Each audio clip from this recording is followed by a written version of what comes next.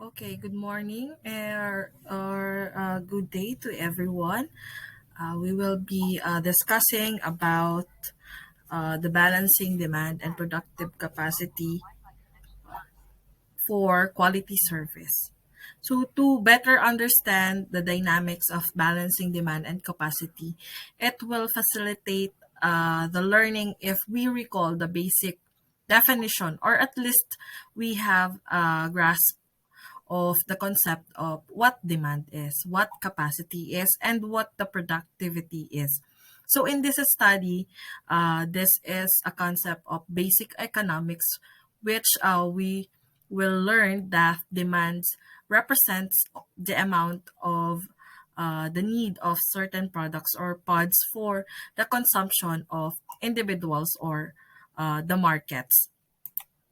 So as you can see on your screens, we have this learning objectives for this chapter. So at the end of this chapter, you, the student, should be able to understand the concept of demand, be familiar with the capacity constraints, apply strategies on matching demand and the capacity, learn the benefits and risk of yield management strategies, understand strategies for managing waiting lines when capacity and demand cannot align. And the last is to understand the customer's perceptions about waits and queuing systems.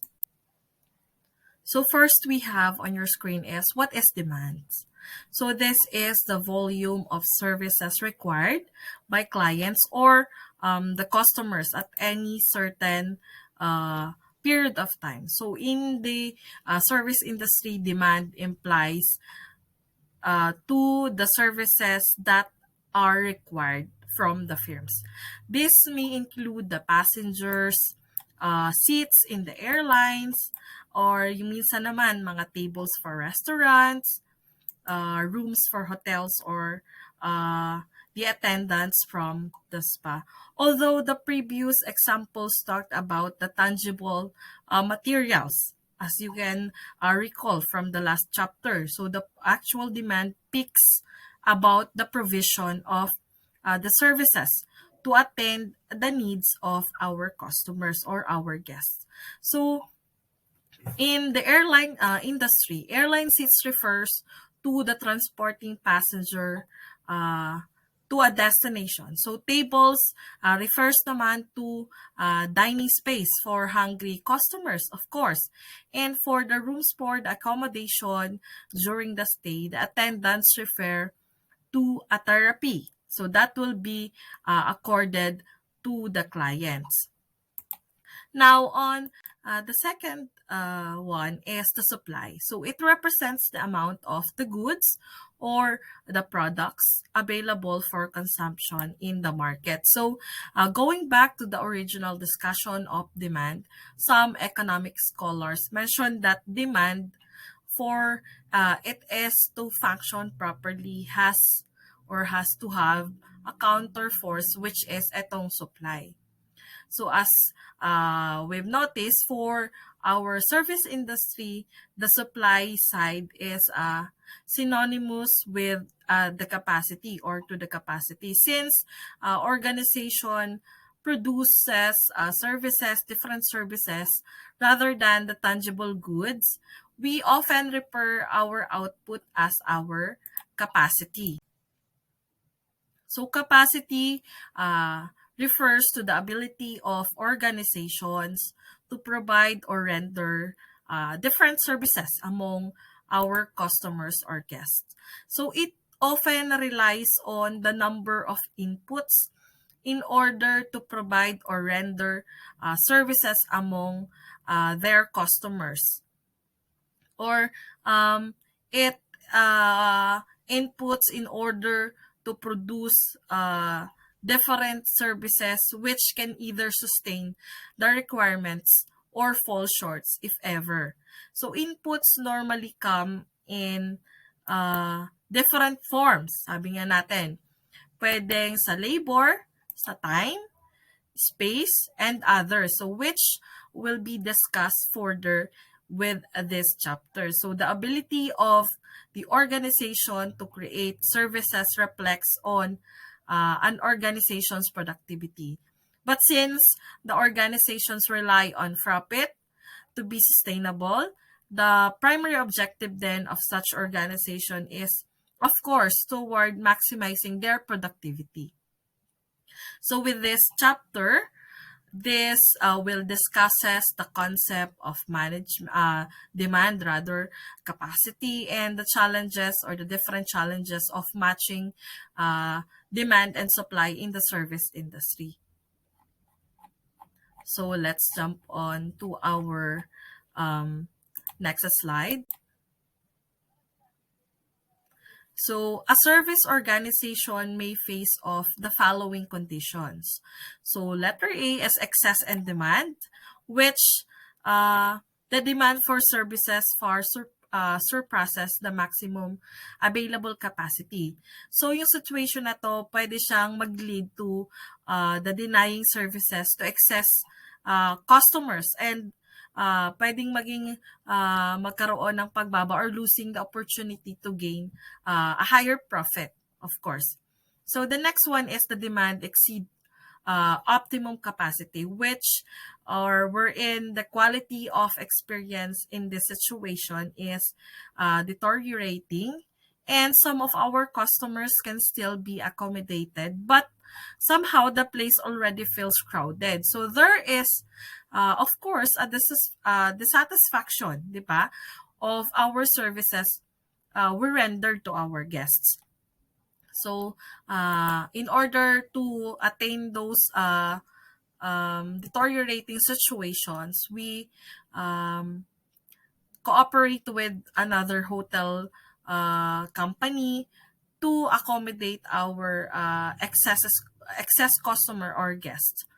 Next one, or the last one, is the balanced demand and supply of or at optimum capacity. So, with this condition naman, it reflects to the ideal situation for both the organization and our customers. So, the facility is in full capacity but it is not strained or our employees are busy but no overwork, kumbaga, or but not overwork. So our customers receive good service on time and no delay. So balance lang lahat yung ginagawa ng ating mga employees to our customers or guests. So the service organization must consider these different factors that may affect our demand and capacity. So these three factors may result in condition that pose challenges to our managers, supervisors, or so on and so forth, maintaining the productive operations of the company. So most of service organizations are faced with the what we call predicament of having fixed capacity and unpredictable demand. So this is according to the Saif Tamal, Bittner, and Gremler in their book, the 7th edition of Services. So these are the following condition we may face in a service organizations.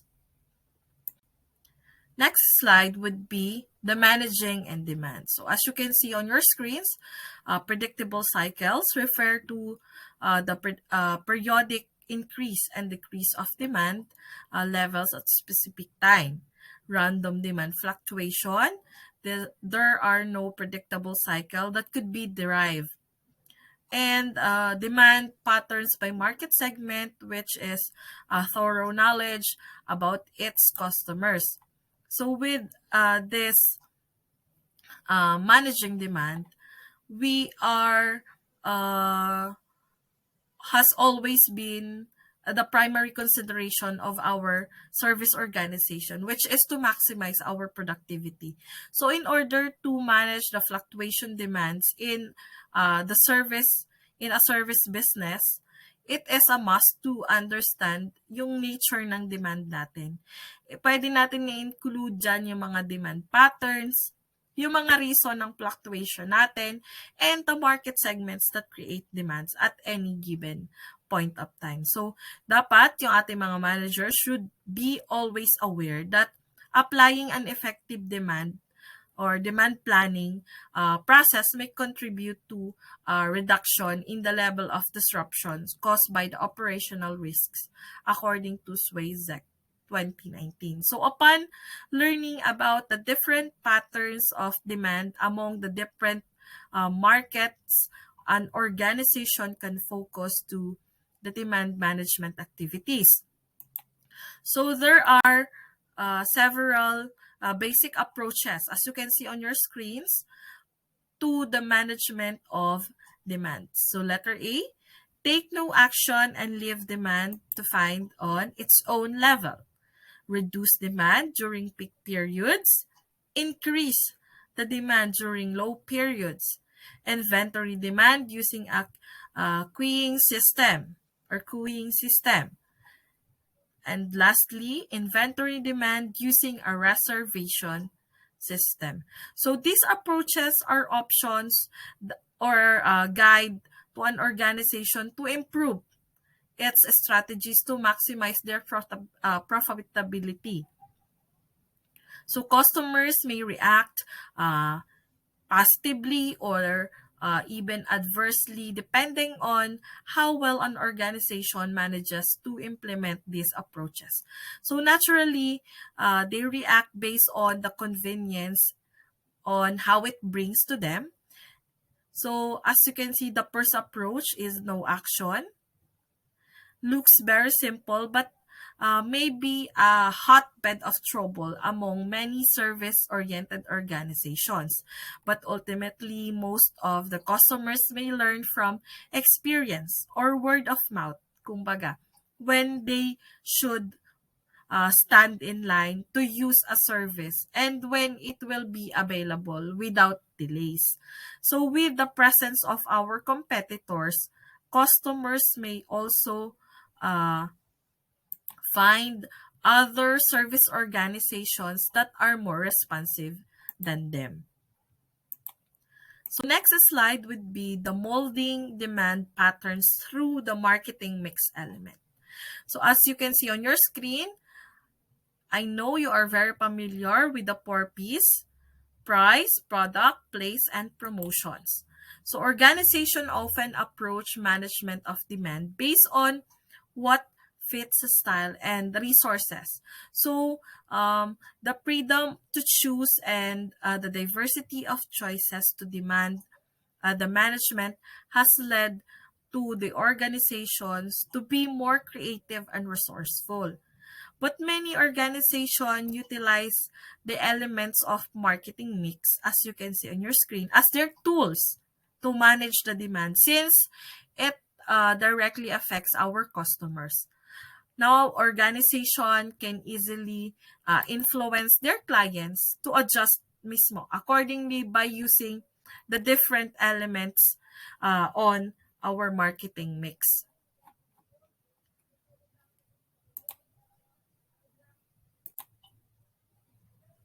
So number one elements of marketing mix is the use price and non-monetary cost to manage demand. Sorry.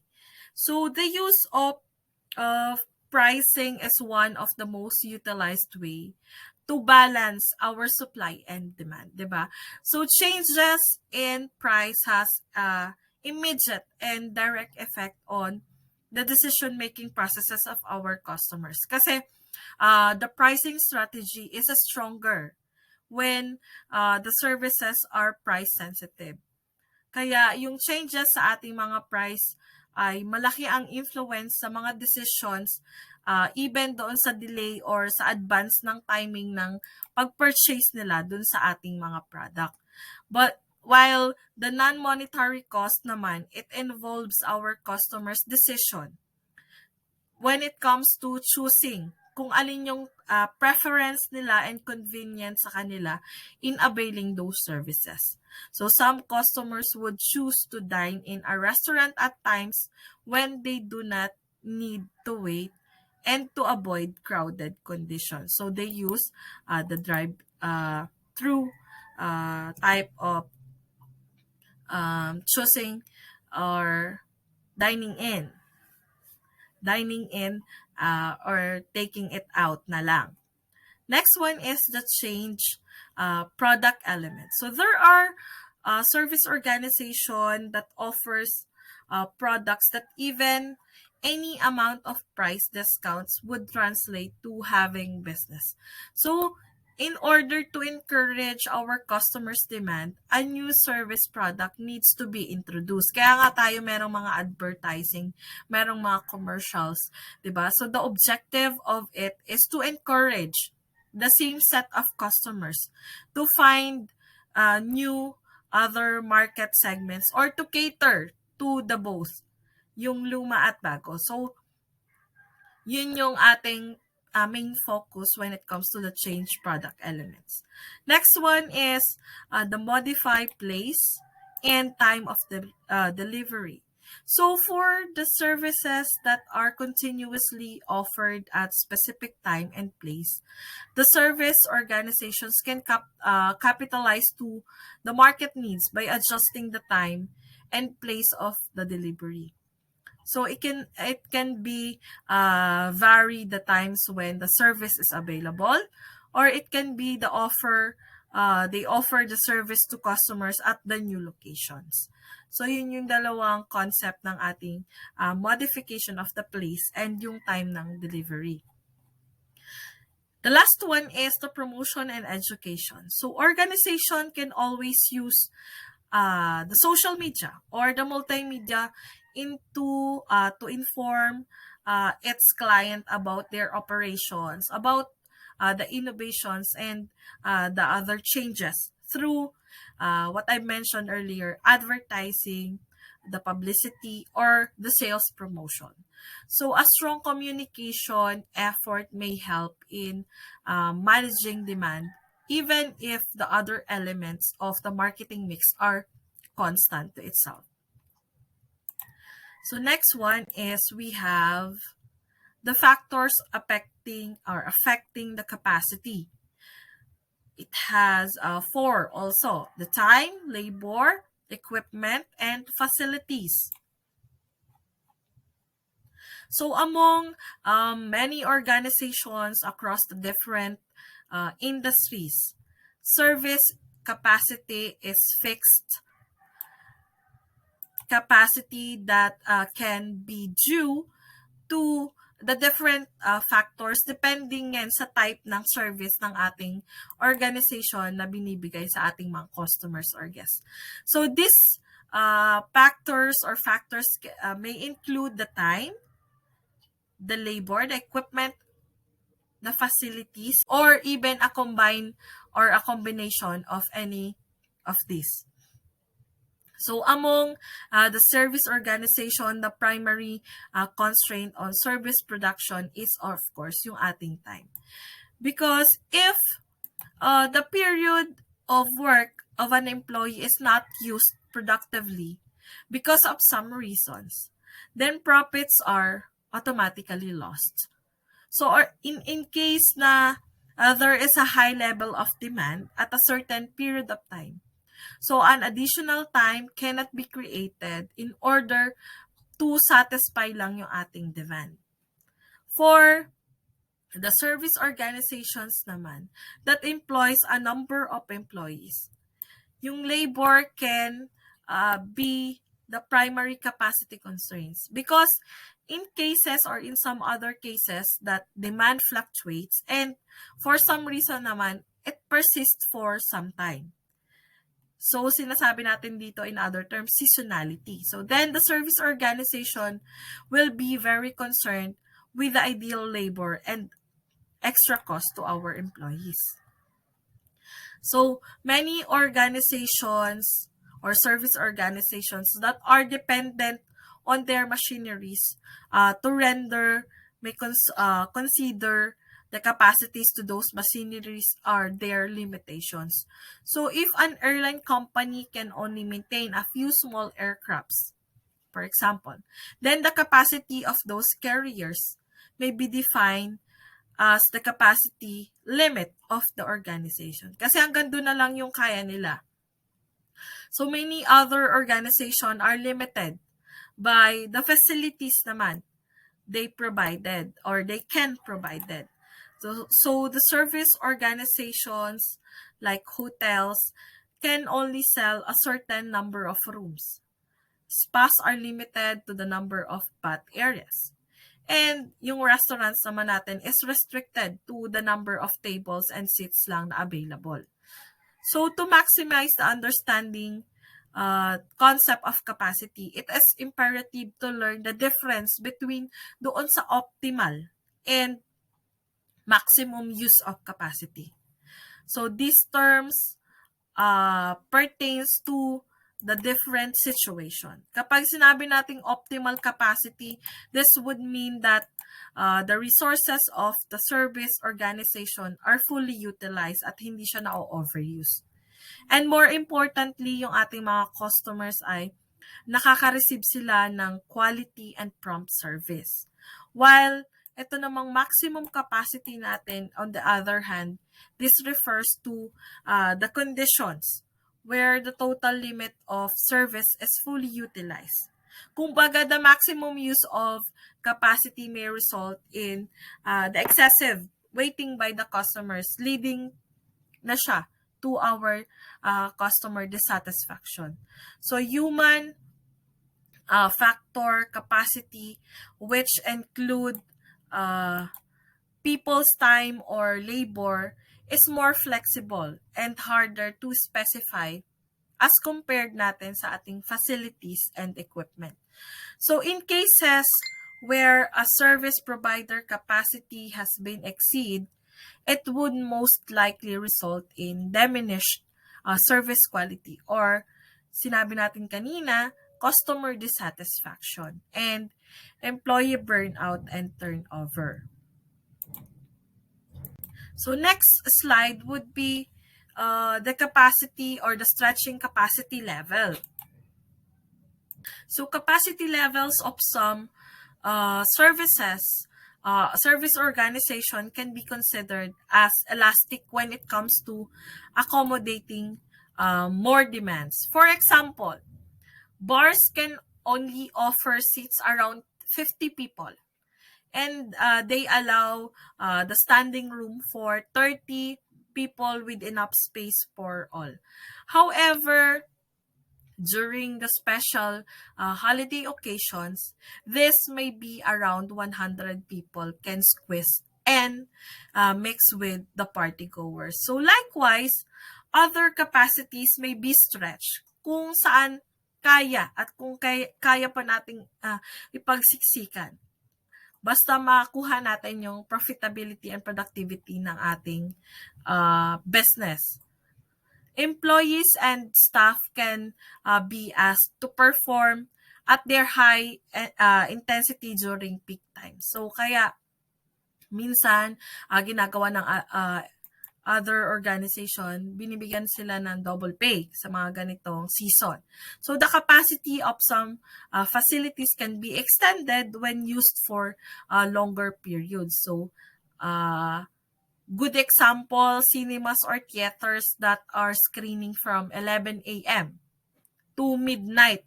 They may add more screening hours to accommodate more customers, lalo na ngayon, di ba? Masyado tayong na-miss natin ang panonood ng sine. So, pwede pang i-adjust nila yung time screening basta meron silang approved from the IATF. Next one is the aligning the demand and capacity.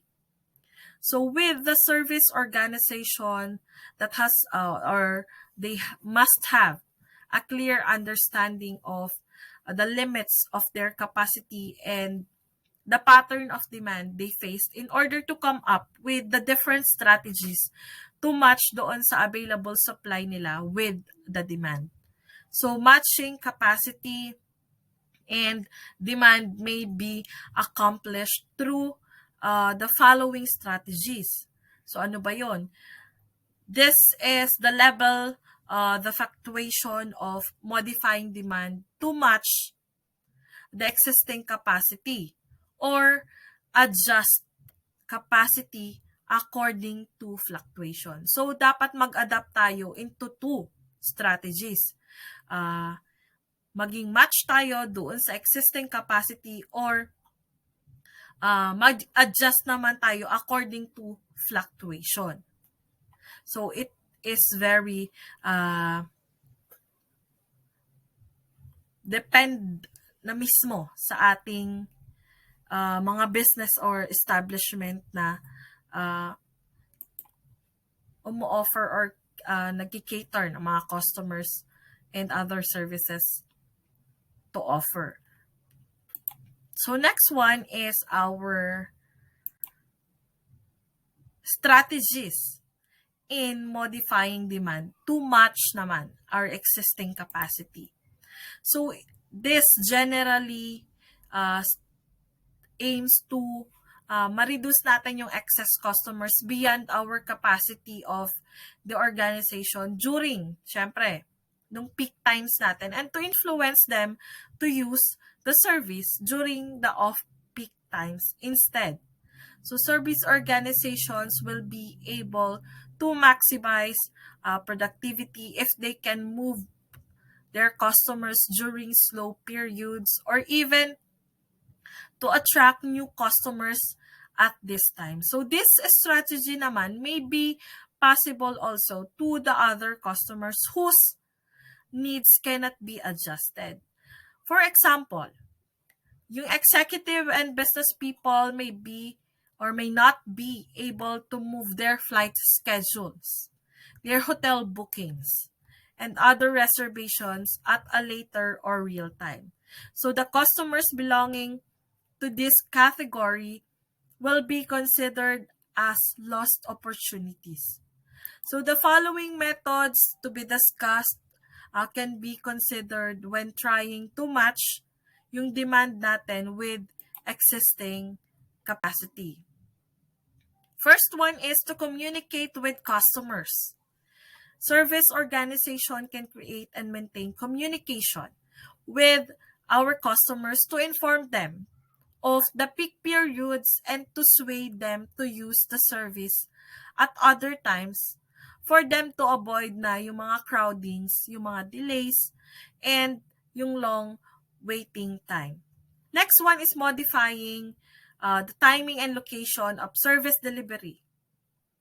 Organizations may choose naman to adjust their operation time to cater yung mga market segments to disperse yung crowding. So others locate their strategic areas or they offer online transactions to accommodate pa the customers whenever and wherever they are. So mostly, families usually go out and relax during weekends. Hence, cinemas can increase the number of theaters showing family-oriented movies. Syempre, to attract family goers or family customers. Bus and rail cards naman may be purchased at convenience store other than their usual ticketing booths. Or somehow, meron na ngayong online, di ba? E-ticket na.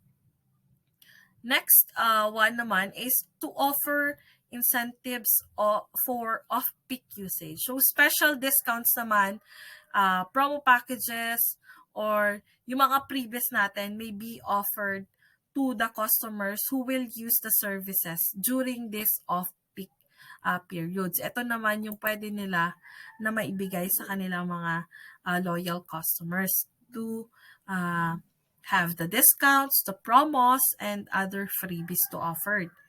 Next one is to set priorities. So service organization may choose to prioritize frequent and yung ating mga loyal customers during these peak times. This somehow guarantees a continued or continuous patronage to the organization or to your businesses. So organization may also choose to serve the customers that need immediate attention, to require the greater considerations or to be given the full considerations. Mostly, airlines would allow the elderly or the minors or the differently able to board the plane on the plane before others, of course. So those are our priorities in the service industry. And the last one is to charge full price. So with this naman, service organization may opt to charge the full amount to customers during the peak periods and to not allow the use of discount cards or coupons. Because hotel may not be able to honor those kind of gift certificates during the holiday season because they are fully booked. So yung ginagawa ng ibang hotels, they accepted those kind of gift certificates kapag off-peak na nila. So ganun yung kanilang strategy. And then next slide would be discussing naman those strategies in adjusting capacity to meet our demands. So increase capacity temporarily is the first one. And extend people, facilities, and equipment temporarily. So most of the time, capacities can be temporarily expanded to meet the demands, kumbaga. So expanding capacity need not to equate to inducing new resources or kumbaga instead our employees or staff or the facilities and equipment will be programmed or required to work for longer or harder time to sustain yung ating demand. So number one is, for instance, that there is a strong level of demand, services may be extended temporarily. Kagaya ng mga malls, they extended their mall hours 2 weeks before yung Christmas period natin because they want to accommodate the Christmas rush shoppers. So it may be possible to extend the hours of service temporarily to accommodate the demand. So it can be November to December. Next one is to use part-time employees. So service organizations naman usually call out additional workforce from their the on-call list of staff to supplement yung labor during this kind of season or this peak season of the demand. So some of the caterers, shopping centers, they hire part-time employees during the holiday season to cope up doon sa demand for this kind of events, functions, and yung tinatawag nating holiday rush. Next one is the cross-training employees. Employees may be trained with the multiple tasks or skills in order to make them perform tasks where they are most needed. This would also address doon sa mga work issues ng ibang staff that are underutilized in certain departments while others naman are overworked. So pwedeng focus yung isang employee natin doon, pwede namang dalawa yung job responsibilities niya as long as this employee is well trained with his or her multiple skills.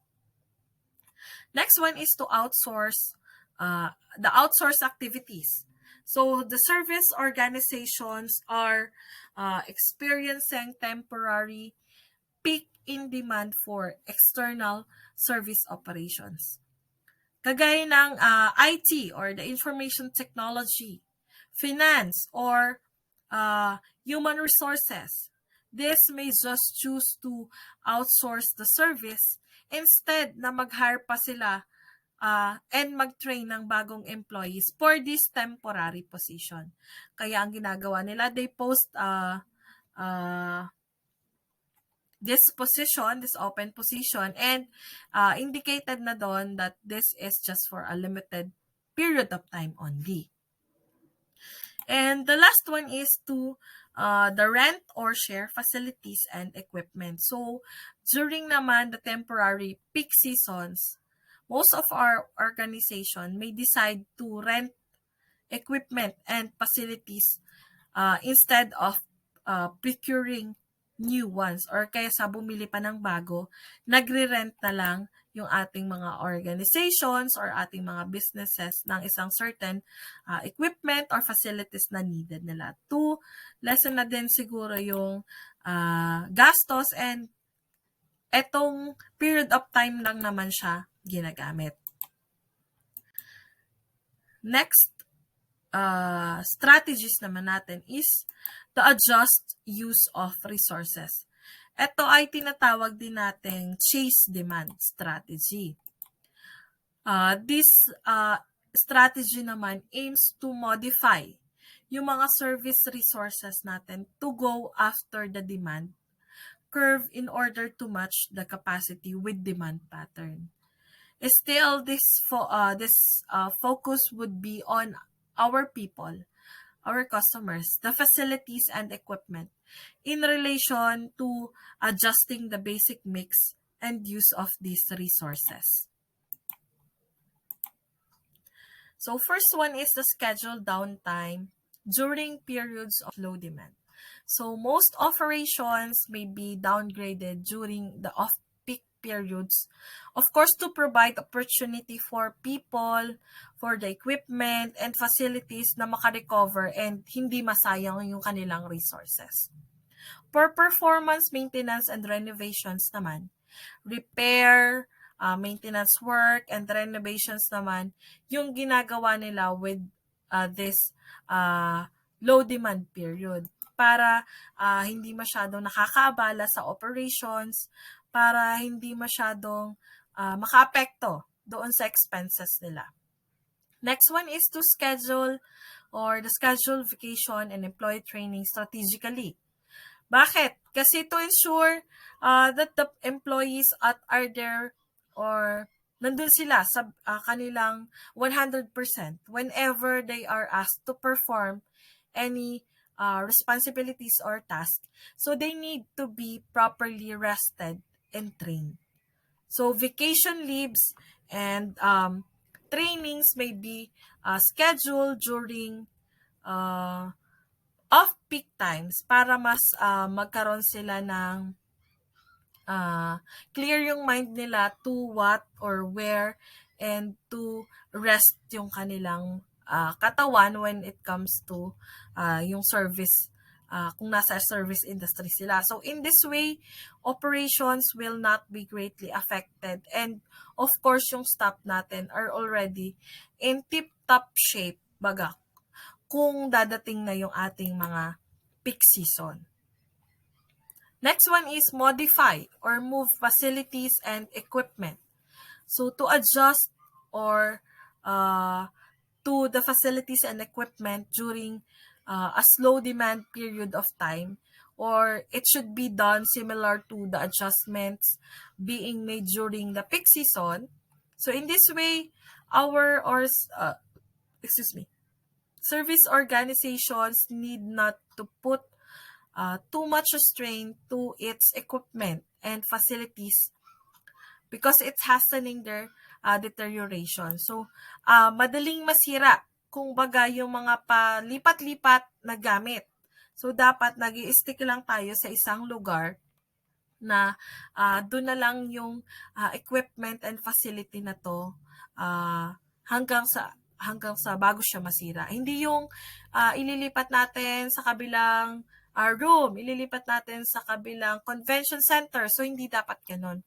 Dapat ay nakastick sila to where their location is para hindi mas madaling masira yung mga gamit. Next is to encourage customers to perform self-service. So, self-service facilities and technologies may be augmented with the labor force in providing services to customers because limited capacities can be reduced when yung customers natin ay marunong mag-perform ng task without having the help of our employees to attend them most of the time. Ako, as myself, nagliligpit ako ng mga pinagkainan ko kahit ako ay nasa isang fine dining restaurant or nasa isang fast food chain. Of course, help ko na sa kanila, and also meron akong kung baga ay alam ko at ramdam ko yung ginagawa nila. Kaya ako mismo, tinutulungan ko na sila sa kahit sa maliit na paraan na ayusin yung mga pinagkainan ko kapag kumakain ako sa mga restaurants or fast food chains. Next one is ask customers to share. Customers can be given options naman to share the services they are availing of. Example natin is a transport networks natin, not yung mga vehicles. So they may offer ride sharings, 'di ba? Kung nakasakay na kayo sa mga Uber or Grab, these schemes are offered to people who are going naman syempre doon sa same direction na pupuntahan ng isang tao or ng isang customer to reduce the rate or fee of one people. So, parehas kayong magkakaroon ng, ano man tawag dito, parang discount, or kasi nakapackage na in ride sharing kapag sumakay kayo, kung kayo ay magkiklik ng ride sharing, medyo mas mababa talaga yung fee niya, unlike yung solo, yung pagsakay niya sa Grab or sa Uber. And last one is create flexible capacity. So, organizations sometimes design their services to cater doon sa specific segments of the market. Organizations also may design facilities that can be easily modified in order to cater the broad types of market. So restaurants, tables may be specifically designed for pairs or for families or for groups. So it could be an issue if our customer of a restaurant are in groups, but the only table na meron tayo ay pang pair lang. So dapat hindi ganon. Dapat broad yung ating knowledge about the different types ng market na gusto nating makuha or mga customers. Organizations also may be able to design tables that could cater naman dun sa mga pairs, to fours when combined, and to other groups when combined further, and vice versa naman. So, dapat alam natin yung mga ganong bagay para mabilis tayong maka-adjust kung yung pair na dumating is 2 or more. So, meron tayong available tables for them. And kung family naman, meron tayong isang location for table good for family members. Next topic is to increase demand to match capacity. So with these approaches, or there are approaches in matching capacity and demand that are focused on increasing naman demands during conditions where demand for service is low or mababa. So the following may be considered the aforementioned situation. First is to educate customers. So, during periods of low demands, organizations may inform our customers about the availability ng ating mga services. Advertising and promo materials may be encouraged and to inform our customers of what the other services we offer. This is for the advantages when availing their services at this time. So they are very more familiar of what we offer to our businesses. Next one is convert how the facility is used. Some organization may opt to offer their facilities to be used for different purposes. So depending on the season of the year, dormitories occupied by students studying in Baguio City, for example, during school time may be offered as a transient house for visitors during naman to vacation time or yung ating Holy Week.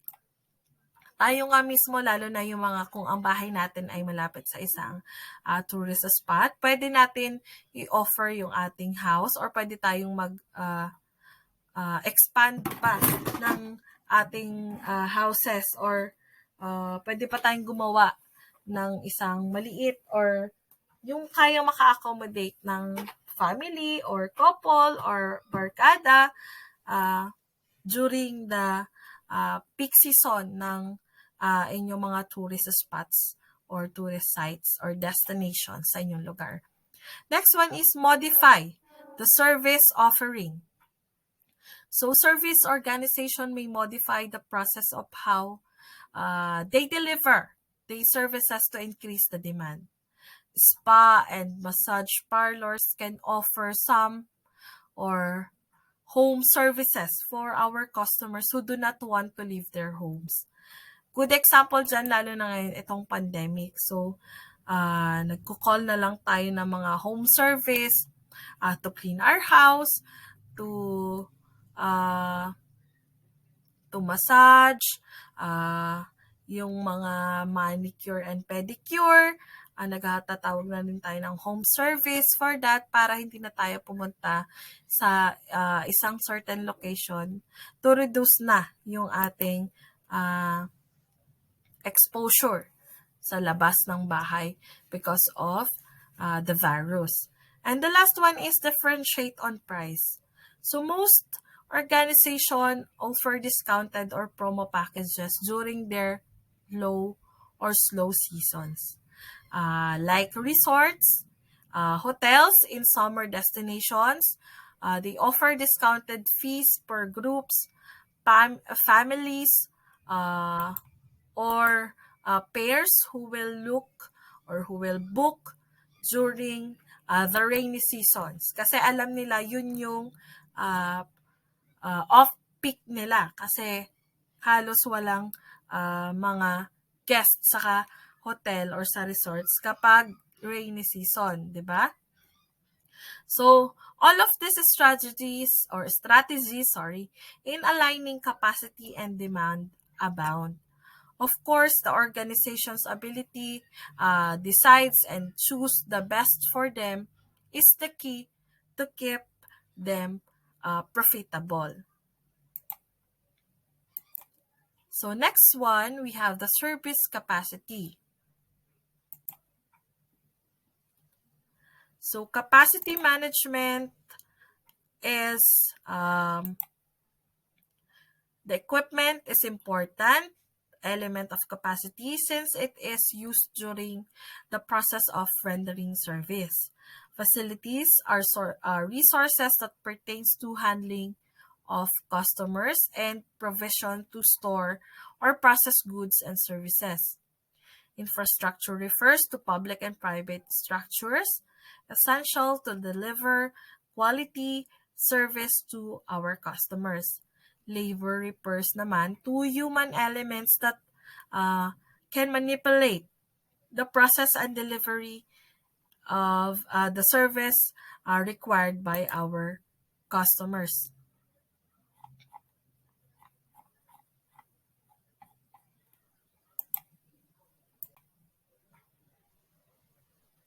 Yield management. So yield management is also known as the revenue management. Organizations use this method to find the best combination among the price, the customer, and the capacity we used. So yung objective nito is to produce the best possible return from a limited available capacity. Particularly na it tries to allocate doon sa fixed capacity natin of a firm to match doon naman sa potential demand in various segments or in various market segments in order to maximize doon sa ating revenue or sa ating yield. So, kung ito-turn into presentation natin siya ng mathematical presentation, it would be like this. Yield is equals to actual revenue under or divided by the potential revenue, where yung actual revenue natin is the actual capacity used times the average actual price, and yung potential revenue naman natin is the total capacity times the maximum price of it naman. So yield is basically, ito yung measure ng extent ng ating organization's resources, kagaya nung time, kagaya ng labor, equipment, and facilities that are achieving their full potential when it comes to the revenue generating processes. And yield management may seem to be the best tool to match demand and supply, but it has its shares of different risks, kumbaga. So ito yon, from letter A to letter E. As you can see on your screen, loss of competitive focus, customer alienation, overbooking, incompatible incentive and reward system. So, nandiyan yung mga complaints, resentments, and etc. na pwedeng mangyari. And last is yung inappropriate organization of the yield management functions, which ito naman yung mga difficulties na with complying na doon sa mga requirements ng yield management methods para makapag-operate tayo ng maayos or effectively. Next one is the waiting lines and queuing system.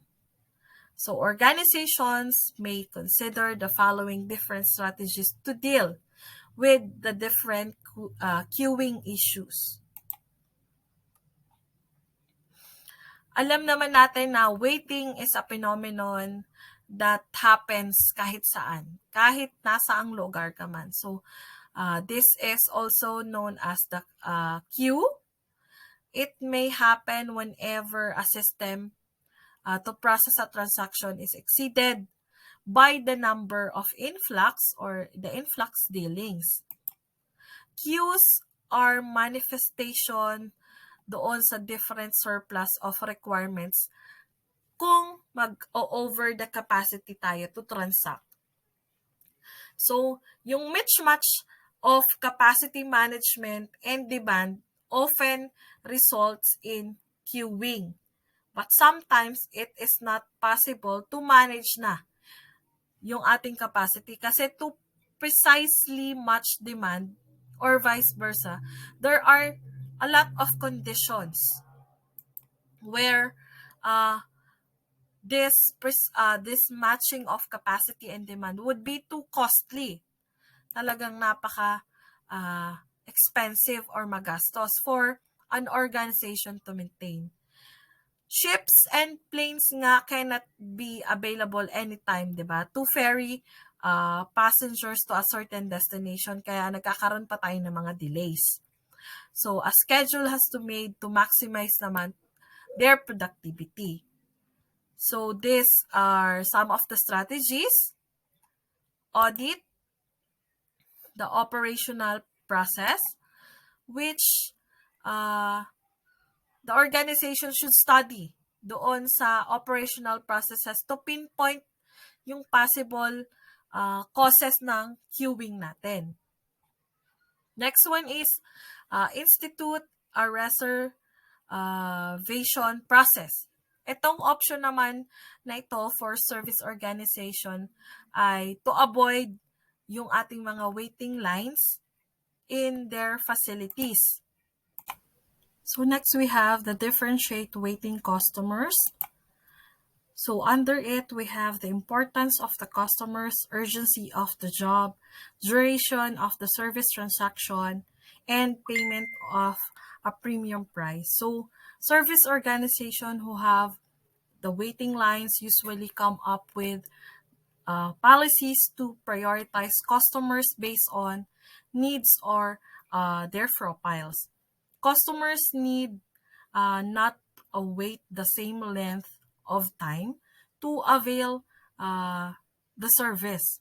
So some organizations, they differentiate among customers to allow some customers to wait for a shorter amount of time. So the usually rule, di ba, for choosing the next customer to be served is through the first come, first serve basis. So other factors or rules that may apply depending on the company policies. So these are some of the bases of differentiating our customers to their importance, to the urgency, doon sa duration, and doon sa payment of the premium price. Next one is make waiting more pleasurable.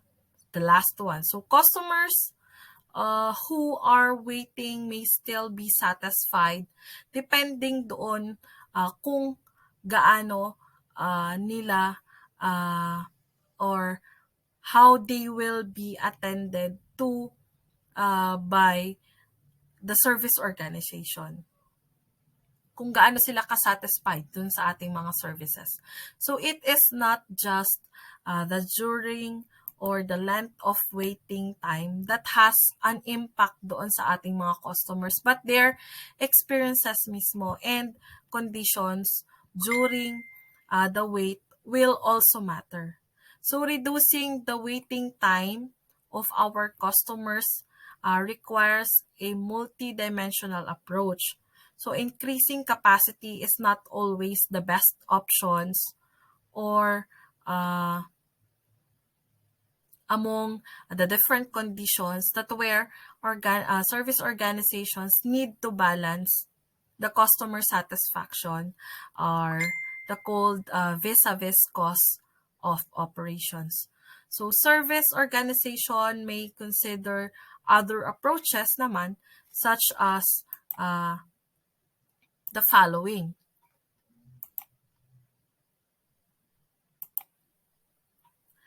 The first one is revalidating the queuing system design. The next one is fitting the queuing system according doon sa ating market segment. Next one is managing customers' behavior and their perceptions of the wait or of their waiting. Installing a reservation system. And yung last is redesigning service process to shorten transaction time. So those are the different approaches or service organization may consider for the what we call waiting lines and queuing system. So these approaches can maybe or may not be used in the other operation of businesses, but it is fully depend on the organization itself. So the next one is the different types of queues. Number one is single line or the sequential stages. So in the system, customers pass through several serving operations or segments as in a buffet line, kumbaga. So the bottlenecks may be happen in any segments where it would take longer to undertake than the previous segment. The next one is yung parallel lines to multiple service or servers rather. Ito naman, this implies to establishment that cater to a big number of people at any given time. So the immigration section at the airport utilizes na this kind of queuing systems. Next one is single line to multiple servers or tinatawag din siyang snake.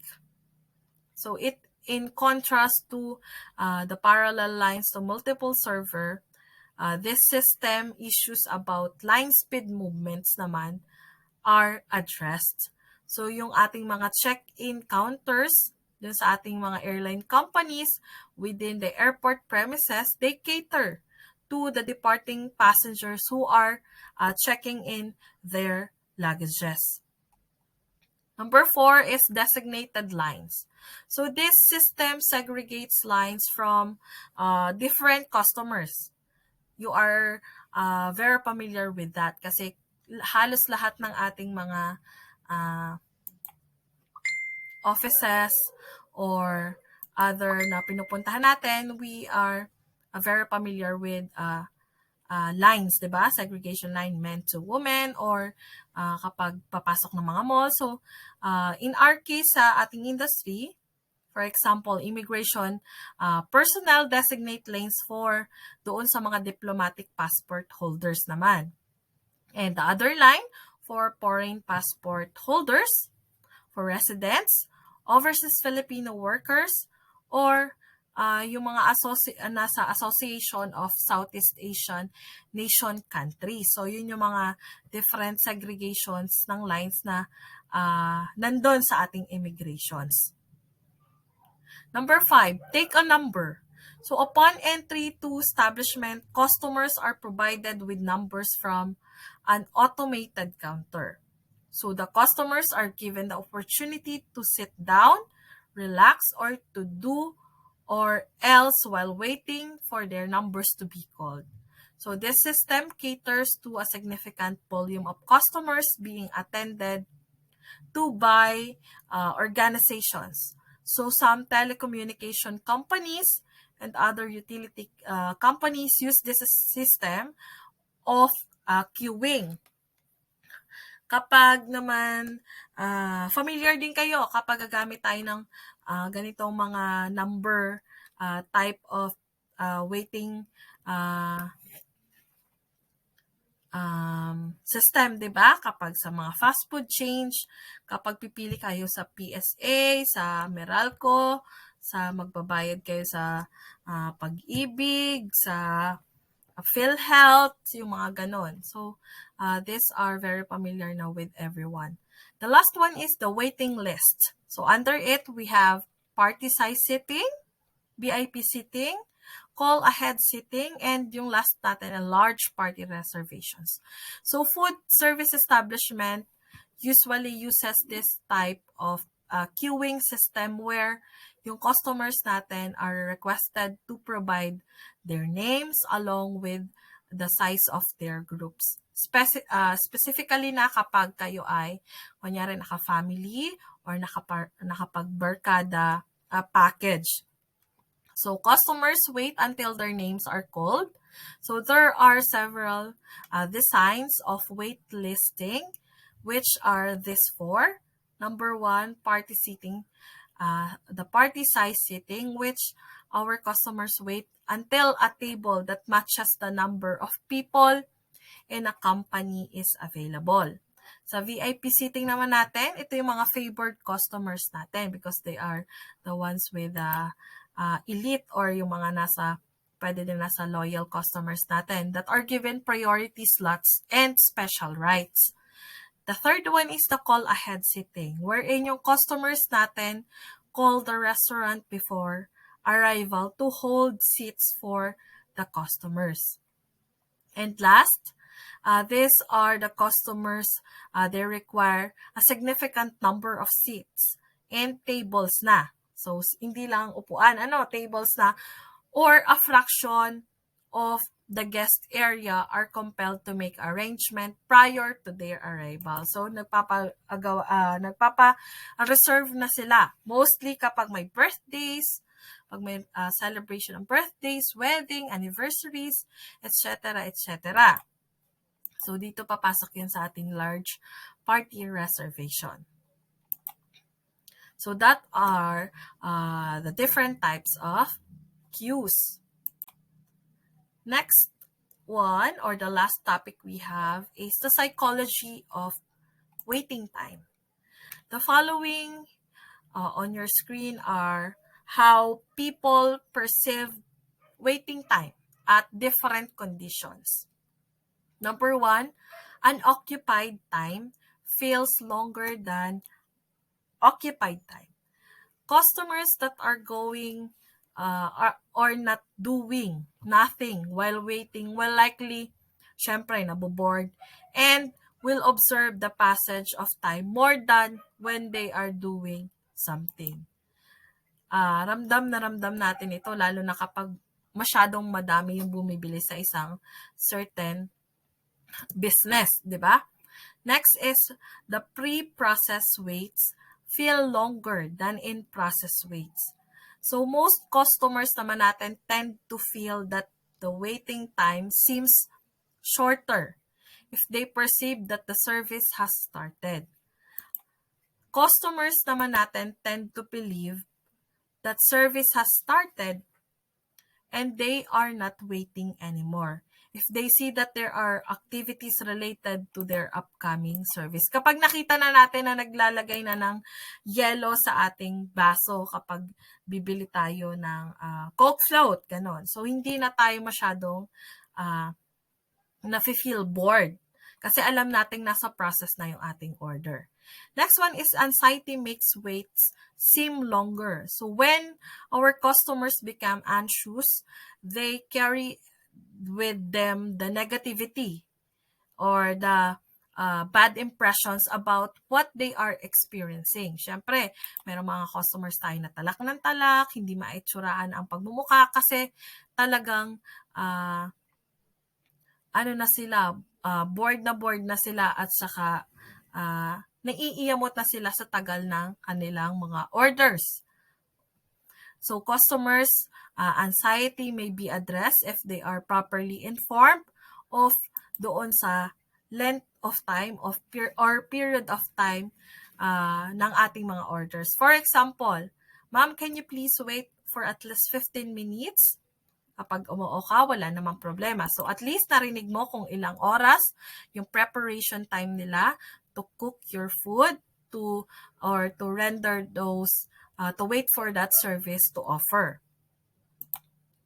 Number 4, psychology of waiting time is unexplained waits are longer than explained waits.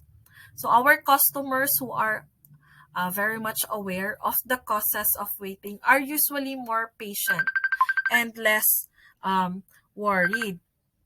So informed customers may have an estimated idea on how long they have to wait. Kasi alam na natin yung paraan or aware na tayo kung paano nila ginagawa or prepare yung ating mga orders. Number 5 is unfair waits are longer than equitable waits. When our customers think that they are unfairly attended to because other customers who arrive after them have already been serviced, syempre nakakapagtampo yon and nakakapagbigay ng naiiyamot tayo kumbaga. It will heighten the impression that waiting seems longer. So this happens when there is no visible queuing system and customers are trying to be served. So medyo nahihirapan din naman talaga ang isang business kapag hindi sila or wala silang queuing system kasi hindi nila alam yung sunod-sunod. Kaya nga meron tayong mga numbers na binibigay. So kung wala silang ganon is mahihirapan talaga silang maghintay or maiinis talaga ang kanilang mga customers. Number 6 is the more valuable the service, the longer the customer will wait. Our customers expecting premium services are more tolerant in terms of waiting. Kasi kapag alam natin na or na-try na natin yung isang product, alam na natin kung gaano kaganda, kung gaano kahalaga, or yung need natin to that certain products or services is we are so much or we are giving our 100% to wait for it because it is very reliable, kumbaga, or this is this kind of services ay talagang kapaki-pakinabang para sa atin. So last slide for the psychology of waiting of time. Number 7 is solo waits feel longer than group waits because dito naman yung customers natin who come in groups are more tolerant to waiting because they can focus their attention on their companions while waiting. Kumbaga meron tayong nakakausap, meron tayong napapaglibangan. So they may be oblivious of the time or aligaga sila kung anong oras na, bakit ang tagal, especially if they are into discussion of interesting topic. So with that, natatabunan yung pag-wait natin at hindi natin naaalala or hindi tayo madaling mainis kasi meron tayong focus into different topics or discussion with our companions or friends or families. And the last one is the physically uncomfortable waits feel longer than comfortable waits. So waiting is burdensome when customers are waiting in an uncomfortable situation. The discomfort magnifies the feeling of being in the line for a longer of time. Lalo na kung ang mga customers ay nasa PWDs. So medyo uncomfortable tayong maghintay lalo na kung tayo ay nagmamadali, di ba? Better kung tayo ay nagmamadali and we have vehicle, doon na lang tayo umorder ng kung food or anything sa drive-thru para mas hindi na tayo maghintay or mas comfortable tayo kasi alam nating mas mabilis ng konti kesa pumila tayo in the strategic way or the yung way natin ng pag-order before. So that sum ups our topic with this chapter. So that ends. I hope you learned something. So if you have any questions regarding our topic for today, I would like you to comment or on the comment section and contact me for more queries or informations regarding with this topic. So thank you for listening. Have a good day and God bless. Stay safe.